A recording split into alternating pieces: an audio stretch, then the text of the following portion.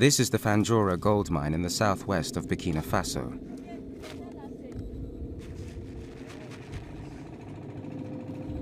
On these 40 hectares, thousands of miners are risking their lives in order to find a few grams of hope. Marcel is one of them.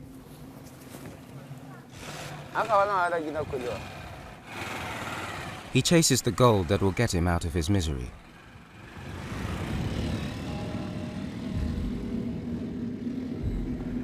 Il me dit que l'or, c'est un métal très précieux et que beaucoup de Français en cherchent. On dit que c'est cher là-bas, pourtant ils ne savent pas comment ça s'extrait, comment ça se fait. Mais tout ce que je sais, c'est qu'on nous pille, ça ne va pas. On n'a pas des hôpitaux, pas d'école. Je crois qu'ils prennent leur paille pour un animal, un soldat sauvage. In just 4 years, Burkina Faso has become the 4th biggest gold producer in Africa. 600 mines are active, both industrial and traditional. The former president, Blaise Compaoré, let the gold rush get out of control, a gold rush that has helped the country's development. Today, more than 1 million people are digging for gold. However, these people are still facing poverty. This West African country, with its 18 million inhabitants, remains one of the poorest countries in the world. For the past 9 years, Marcel has had the same daily routine, digging frantically in the soil of Fanjura.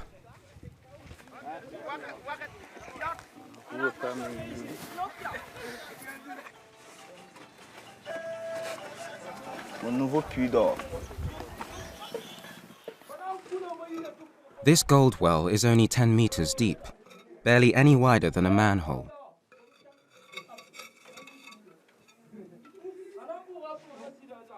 Le filon, c'est le caillou lui-même. Voilà, c'est le caillou comme ça. Et c'est dans ça que l'or s'introduit. Quand on voit le caillou, il faut continuer. Il faut continuer de creuser. The gold is found in the quartz, a very hard rock. In Burkina Faso, the workers have to gather 10 to 15 bags of this white ore in order to obtain 1 gram of gold dust. The concentration is very low. On a toujours l'espoir. L'espoir de gain.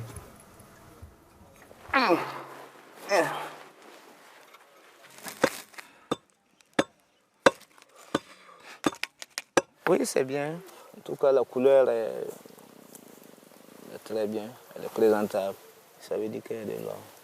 At this stage, it is only Marcel's expert eye that can make out the gold ore. It is invisible to the untrained eye. C'est l'or comme ça, vous voyez? Voilà, l'or sur le caillou. Si l'or se présente d'abord, ça veut dire que bon, ça peut aller. Ça dit c'est bon ici, le signe est positif. The Fanjura mine is legalized. If Marcel finds gold, he will have to pay a fee to the head of the site. Having carried up 10 bags from the well, he will save 2 of these for his boss, and will share half of his income with the 4 miners that work for him. Just like Marcel, most miners are from Burkina Faso. But the mine also attracts hundreds of workers from Mali and Sudan. They travel thousands of kilometers in the search for gold. In order to maximize the profits, entire families work in the mine. Children are involved too. They turn the soil over and breathe the thick dust that emerges.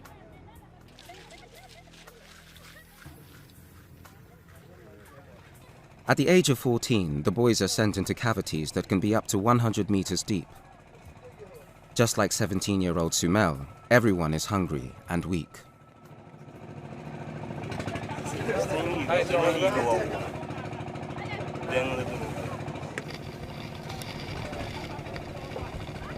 As their bodies are still thin, it is easier for them to go down the holes than it is for adults.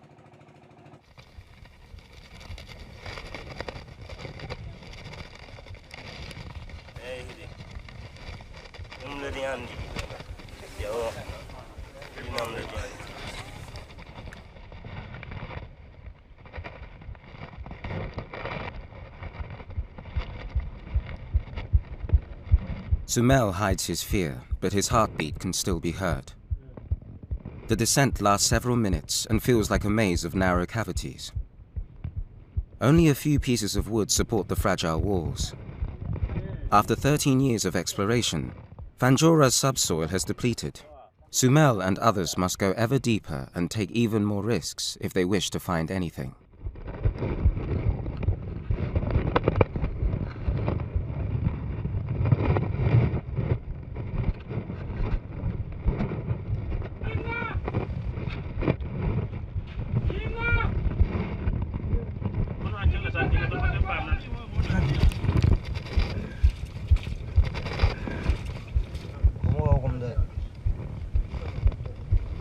Bad news. The hole is flooded and is likely to collapse. At 30 meters underground, such an accident would be deadly. But Sumel and the other miners will keep digging for several hours. The air is impossible to breathe. Temperatures can reach up to 50 degrees.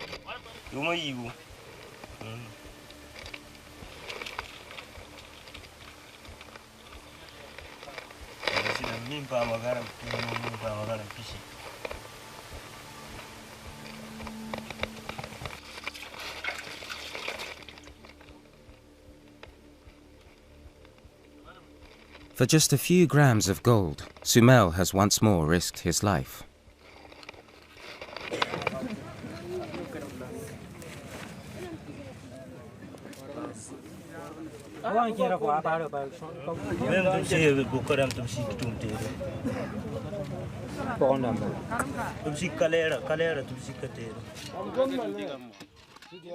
In order to fight the fear, most young people like Sumel take drugs.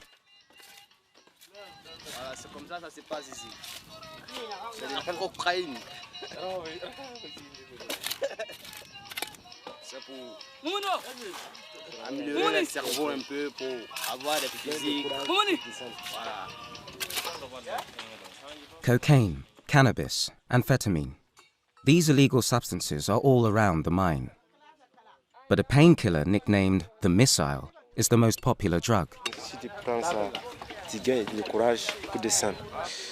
Voilà les médicaments. Le missile, tramadol. Tramadol 120. C'est un comprimé, bon, quand tu prends, tu es en pleine forme. Voilà. Tout se passe physiquement dans ton corps. Tramadol is a synthetic derivative of opium. It is particularly addictive and dangerous when consumed in high doses. These counterfeit, often overdose tablets are sold for less than 40 euro cents and are slowly destroying the miners' health.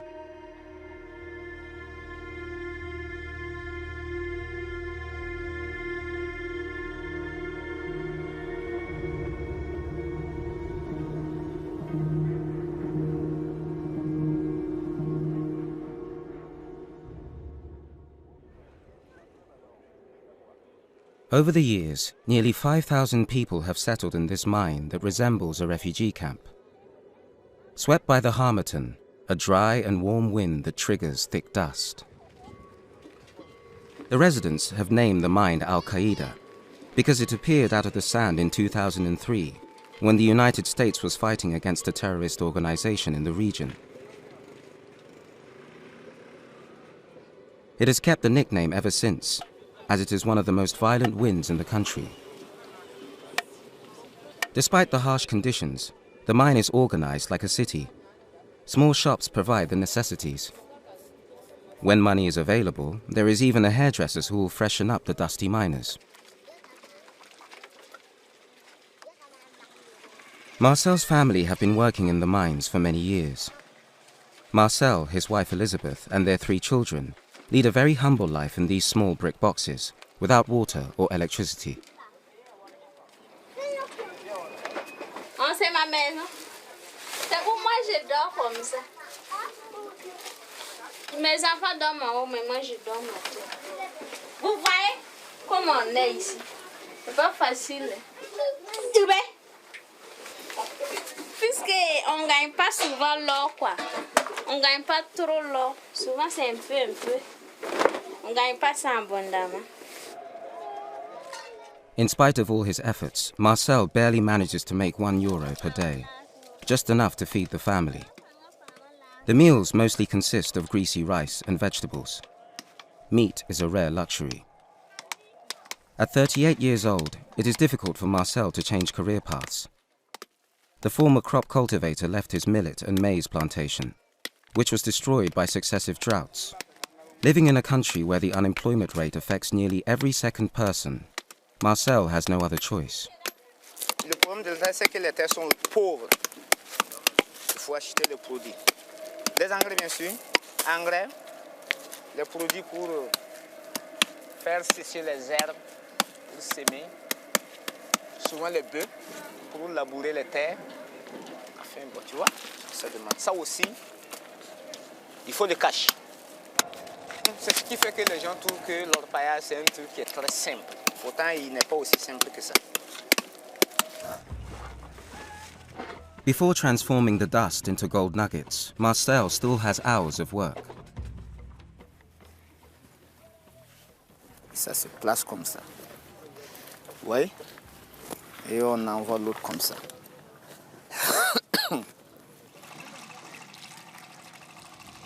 C'est dans cette farine qu'il y a l'or. Voilà. Being heavier than the other residues, the gold stays in the hair of the carpet. When washed, the carpet releases the gold.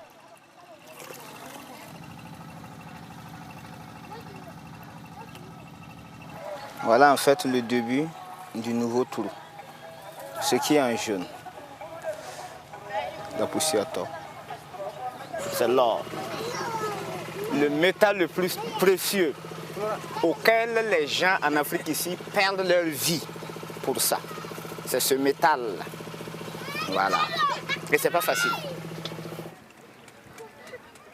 To mix the gold, Marcel uses mercury, a poison that he handles with his bare hands. The mercury then compresses the gold. To get rid of it, it needs to be burnt. The highly toxic smoke reaches Florent, the youngest member of the family. When inhaled, the mercury attacks the nervous system and all vital organs. This substance kills little by little, but no one is aware of the danger. Ça y est, c'est fini. Il est devenu à la stable or. C'est ça maintenant l'or. Marcel has never found more than this gold nugget of barely 1 gram. In the mines, it is rare to see anyone make a fortune. Yet everyone dreams of destiny such as Razmane's.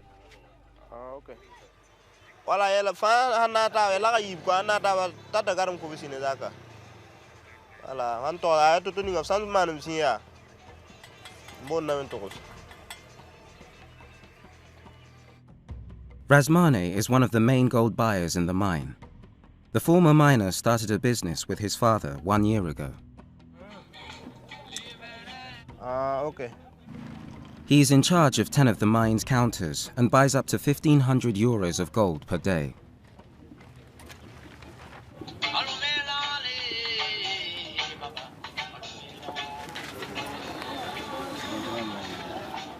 The transactions keep coming in. Razmane weighs the gold with a scourge balance and uses matches as a counterbalance.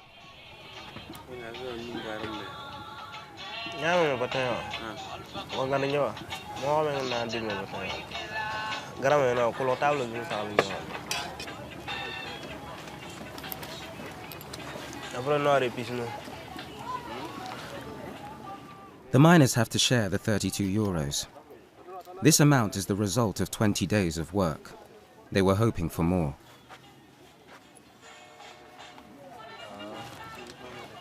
Razmane bases his prices on the global gold market that he pulls up on his mobile phone. Je regarde tous les matins. Là au moins, bon, une fois que non, si ça monte, je vois que non, le prix est bien en ville. Je peux aussi ajouter quelque chose avec ce que je prends ici pour avoir plus, quoi. When Razmane is doing well, he earns about 2,500 euros per month. To ensure that the most beautiful nuggets don't get away, he is financing about 15 poor miners. He gives them money for food while he waits for them to find the gold.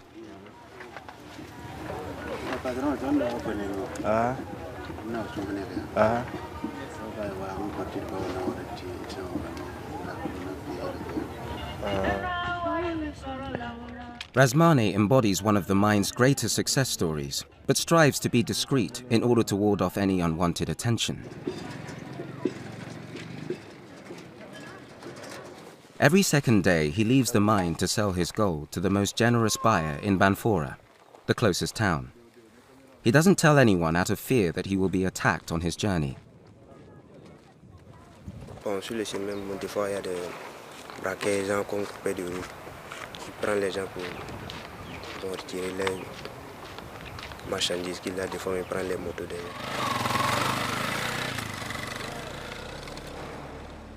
In Banfora, counters like this one are smelters that buy gold from the mines.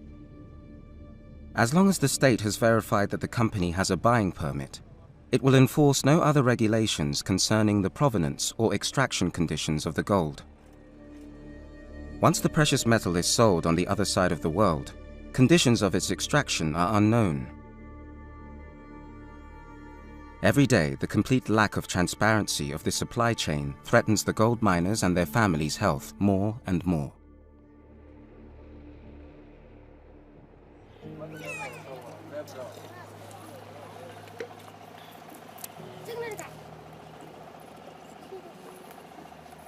Marcel and Elizabeth are worried about their 12-year-old daughter, Diana.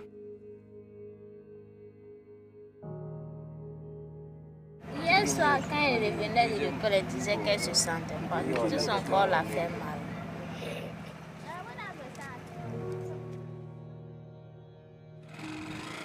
As the most vulnerable, children are the first to suffer from these terrible life conditions. Marcel does not have the financial means to take Diana to hospital, so he takes her to a small clinic a few kilometers away.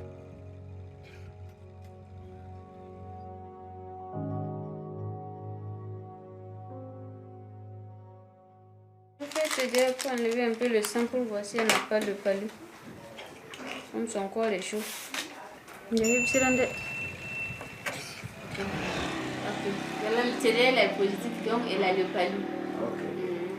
Like her whole family, Diana has caught malaria in the mines after having been bitten by a mosquito. Dirty water and appalling health conditions cause major disease outbreaks. Ça nous inquiète le paludisme. Surtout dans la zone ici, le paludisme est très fréquent. Et ça fatigue beaucoup de gens. Bon, peut-être c'est le climat, ou bien le fait de ne pas dormir sur le moustiquaire. 3/4 of gold miners and their families are infected.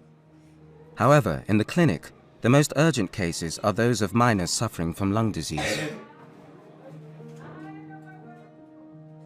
The first symptom is a chronic cough caused by overexposure to dust.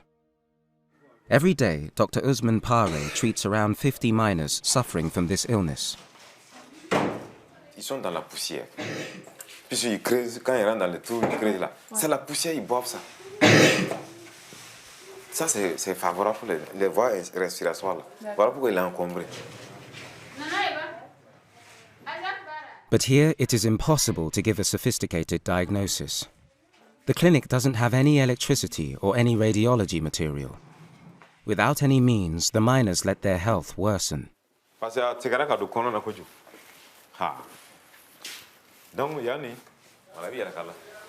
No study or prevention program has been led by the authorities.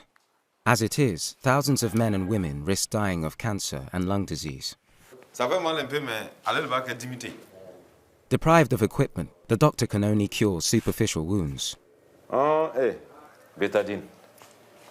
Mettez bétadine. C'est fini comme ça. Comme c'est pas fait dans des conditions aseptiques, il faut qu'on donne un antibiotique pour prévenir toute infection. Voilà. The The average life expectancy of the miners is not more than 45, 10 years less than that of the national average. But in the mine, the biggest danger is landslides. Last night, disaster struck. A miner was stuck in a 15-meter deep hole. He died of suffocation. The young man was 17 years old. Local police and a nurse from the clinic confirmed the death.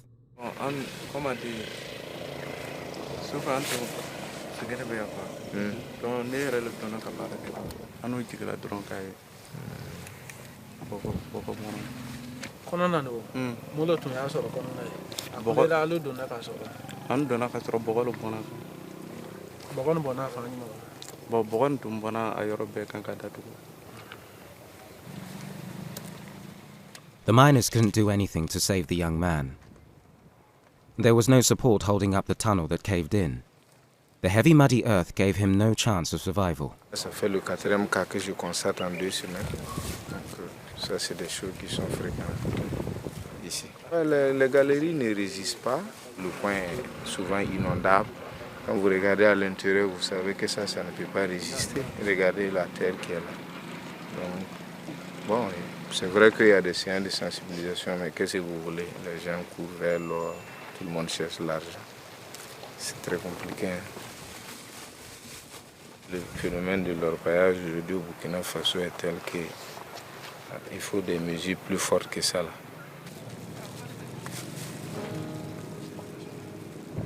Vous êtes les responsables du site. On va vous remettre le corps pour faire l'inhumation. The teenager was part of a small Christian community, which Marcel belongs to. As the family of the deceased boy didn't ask for the body back, the congregants are organizing his funeral.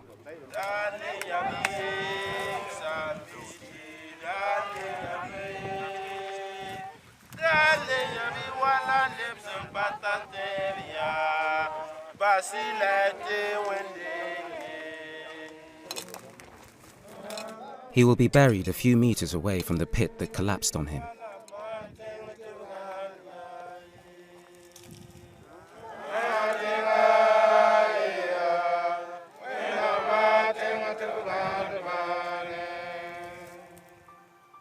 There is no official number, but the Fanjoro mine is the site of several dozens of fatal accidents every year.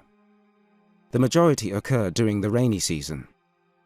Disturbed by the number of deaths, Marcel hopes that one day he will be able to get his family out of this nightmare. Mes enfants ne seront pas des orpailleurs comme moi. Je suis en train de lutter pour pouvoir améliorer les conditions de vie de ma famille. Whilst Marcel aspires for a different life, an increasing number of miners come to work here in spite of the danger. Their work is destroying the land, which is already fragile due to global warming. The enormous amount of mercury and cyanide used contaminates the earth, air, and water. Gold mining extraction waste is thrown directly into the river. This water, full of mercury, is the only available source of water during the dry season.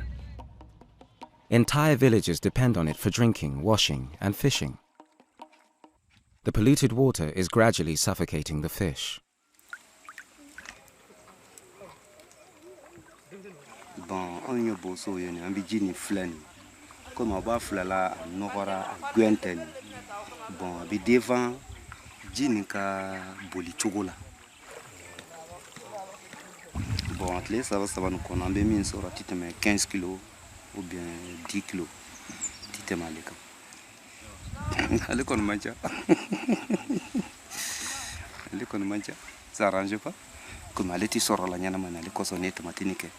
Pour que nous siganga di pasu soro. Tu peux dire moya ba. A solution that could turn against him, because every time he waters his plants, he contaminates them. Oh, ela kale me ngunu me sela mbela ela ade kunu. Tiena ne ka prime devar de niya. Sina solution antumba kei. Up to now, nothing has been done to prevent the environmental and health risks of gold mining. Within the sector, only one person has stood up to denounce this crisis. In the primary school of Fanjora, 4 10-year-olds have stopped going to school this past month.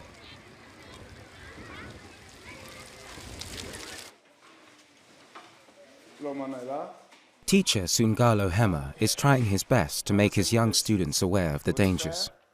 Les dangers qu'on court dans les sites aurifères. Pourquoi on interdit aux enfants d'aller travailler dans les sites d'or, Mamadou? On peut tomber malade aussi là. On peut tomber malade. Donc ça veut dire qu'il y a les maladies dans les sites. Le trou peut s'écrouler, c'est ça? Oui. Ah, on peut te tuer pour chercher de l'or. Oui. Tout ça là, ça se passe. Oui. Tu peux devenir un voleur. Donc le banditisme. Il y a quoi d'autre encore? Il y a un phénomène que vous avez négligé. Il arrive des fois que les filles qui vont là-bas sont harcelées. Et les garçons les forcent à coucher avec eux. Et ça devient des grossesses. N'est-ce pas? Donc, voilà autant... In spite of all these dangers and the laws against working before the age of 16, most of these students are already gold miners. They work after school to be able to buy food, clothes, and also pens and books for studying. Qui n'est jamais allé là-bas? Je dis bien celui qui n'a jamais mis pied là-bas pour aller travailler, aller peser l'or, avoir de l'argent. Sana, Salmata, Mamadou, donc vous voyez, sur 48 personnes, il n'y a que 4 qui n'ont jamais mis pied. Ça veut dire que les 44 là sont des orpailleurs pleins. Ou bien c'était combien de grammes? Grammes. Jusque-là, je n'ai jamais vu une mission gouvernementale venir intervenir dans ces villages-là par rapport à ces phénomènes. Quand vraiment je suis éclairé, on tente de les récupérer, mais souvent c'est en vain. Ça fait beaucoup mal, mais le phénomène il est plus fort que nous. Je me dis dans 10 ans, à quoi on va ressembler dans ces régions-là. Nos enfants ont déserté les classes. Et l'or aussi, à un moment donné, ça va finir. Il n'y aura rien à faire. Donc j'imagine que c'est le banditisme grandissant auquel on va se confronter d'un jour à un autre.